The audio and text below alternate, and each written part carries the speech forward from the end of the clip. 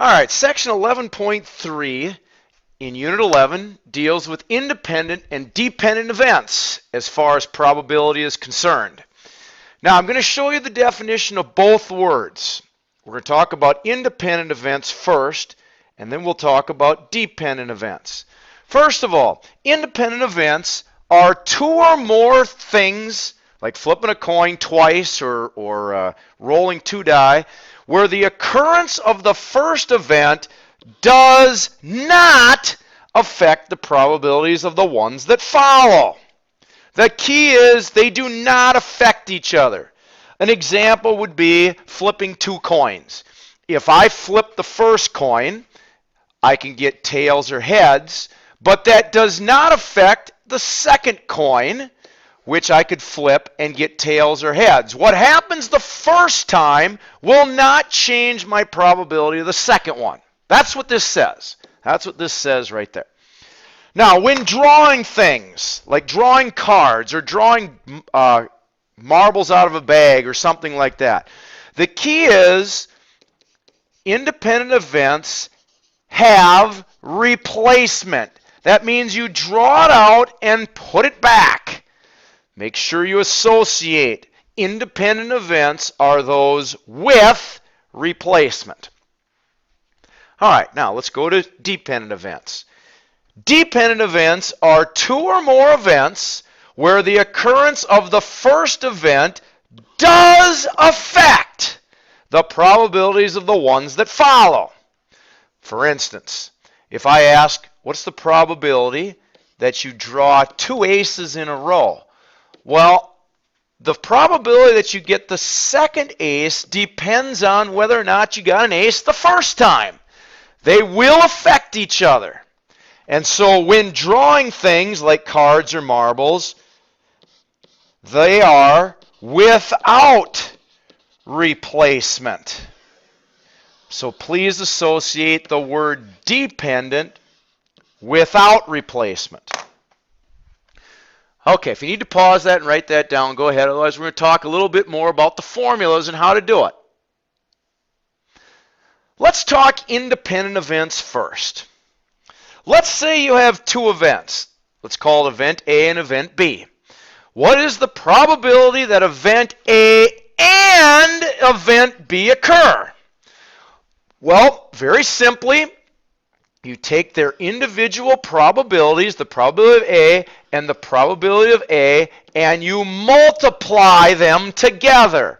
The word "and" in probability always means multiply. Multiply. And means multiply. All right, well, let's look at a couple of examples. First of all, mathematical notation. What is the probability on a die? What's the probability on a coin that you flip tails and then roll a die and get the number 2? Well, obviously these are independent events because what I flip on the coin will not affect the probability of what I get on the die. Therefore, I'm going to use my formula that I'm putting in the black box. It says multiply the two probabilities together. Well, probability of t comma 2 is the same as what is the probability of getting tails and getting a 2 on the coin? Well, as the formula says, that's equal to the probability of me getting tails times the probability of me getting a 2. Probability of me getting tails, everybody knows, is a half. The probability of getting 2 on a die is 1/6. And you multiply them together so that the probability that both events, the t and the 2, happen, and is 1/12. You multiply. Let's look at example number 2. I've got a bag of marbles here. I've got 3 blue. You can see my 3 blue right there. And I've got 4 red. You can see my 4 reds are right there. I want to know what's the probability of BBR. Well, what does that mean?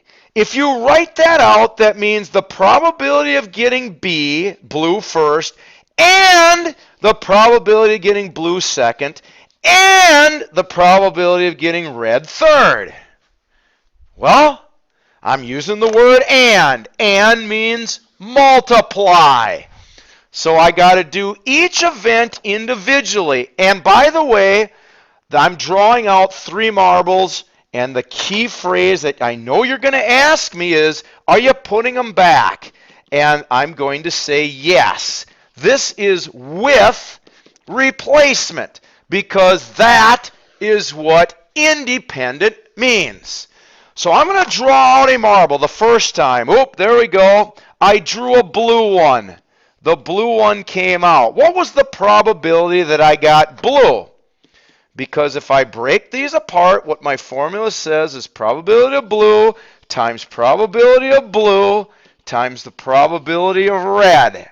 I'm going to multiply them all together. Well, I drew out a blue marble first.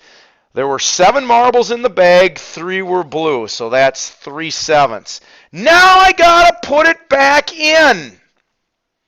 It's with replacement. Okay, good. So now I do my second draw, this one right here. I got to get a blue. So I take the blue and I pull it out of the bag. Oh, what was the probability I did that? Well, it's the same because it's still 3 blues and 7 total in the bag. Now I put it back. The blues got to go back in again. So I'll erase that. I put my blue marble back into the bag. And now my last one, it says I got to pull out a red. The third draw is red, so I take that red and pull it out. What was the probability of that red marble coming out? Well, there were 4 reds out of 7. You notice how the probabilities of one event do not affect the probabilities of the other. Now I multiply. So if I multiply all those together, 3 times 3 on top is 9 times 4 is 36. And in the denominator, 7 times 7 times 7 is 343. And there you go. The probability that I pull a blue and then a red is 36 out of 343. I can do this 343 times, and it will only happen 36 of them. That's independent events. Now let's talk dependent events. The probability with dependent events is what you do the first time can affect the probabilities of those that follow. So therefore, we need to use conditional probability for dependent events. Now, how does that work? Well, first of all, you need to understand the mathematical notation.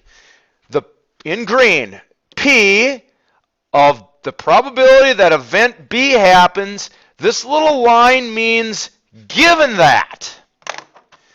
That vertical line means given that.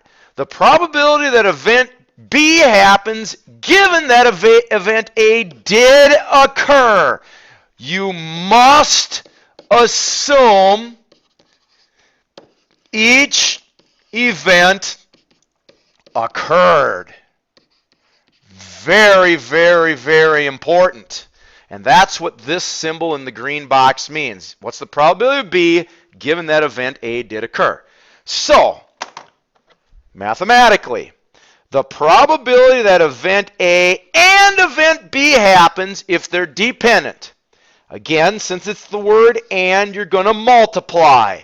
You're going to multiply the probability of event A times the probability that event B occurs given that A did occur. There's your formula. All right. Well, if you need to pause the video, please do, but let's apply that to a couple situations. Let's go back to our marbles in the bag. Again, I've got 3 blue and 4 red. So, we're going to talk about dependent events, which means we are going to draw marbles without replacement. We are not going to put them back. So, example number 1. What is the probability that I get a blue the first draw and another blue on the second draw? But we're not going to put them back. Okay, well, based on the notation on the prior slide, right down here, That's the formula we need to use because the probability that I get blue on the first draw will affect what happens on the second since I'm not putting them back.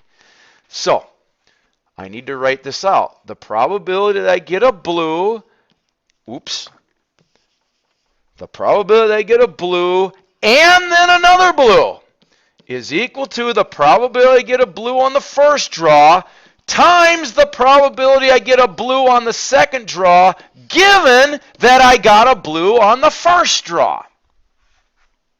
Well, how does that work? Okay, so I reach into my bag and I pull out that blue marble right there. So that marble is now gone. That marble is now out of the bag. What is the probability that I got the blue on the first draw? That probability was 3 out of 7. Now I do not put it back in. So I did get this B on the first draw. That event did occur. So what is the probability that I get a blue on the second draw, given that I did get this blue on the first draw? Well, I'm going to reach into my bag, and now I'm going to pull out that blue marble. Well, there are only 6 marbles left in the bag, and there are 2 blues. So this part of the formula that I'm underlining, what's the probability I get a second blue is 2 out of 6. Very good. So now I'm going to multiply those together, and I'm going to notice that the top gives me 6 and the bottom is 42, which reduces to 1 out of 7. I've got a 1 out of 7 chance that I'm going to draw 2 blues out without putting them back. Last example, dependent events. This one, I'm going to do 3 draws. On the first draw, I can't get a blue. On the second draw, I can't get a blue. And on the third draw, I need to get a blue. So that's going to be the probability that I do not get blue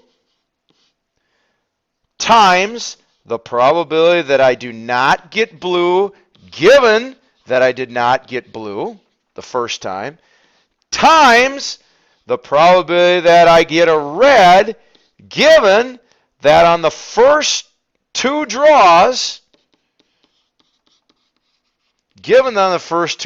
I did not get a blue. I'm not going to put them back. Okay, so let's erase what we did in example number 1 here a little bit. Fix our bag of marbles. Put my 3 blue marbles back in. And put my 1 red marble back in. All right, so I reach in the bag. What's the probability I don't get a blue? Well, that means I had to get a red. There are 4 out of 7 choices on the first draw. So therefore, that red has now come out of the bag. And I don't put it back in. What is the probability on the second draw I do not get a blue, given that I did not get a blue the first time? Well, there's only 3 reds left and only 6 marbles left in the bag. Okay, good. So now I get rid of that. Times, what's the probability now that I get, this is supposed to be what's the probability that I get a blue, given that I did not get a blue on the first 2 draws? This part right here. So there are 3 blues left in the bag and only 5 total marbles. So I got that blue. That gives me a chance of 3 out of 5. You notice how these numbers go down by 1. Well, there you go. So now all I got to do is multiply everything together. And before I do that, I'm going to do a little reducing. I know that this reduces to 1/2. And I believe, and then the 2 and the 4 reduce. 1, 2. So there we go. I believe the final answer here would be 6 out of 35 that I get a red, and then a blue. And hopefully, people, that explains how to do dependent probability as well as independent probabilities. And if you got any questions, please ask during class.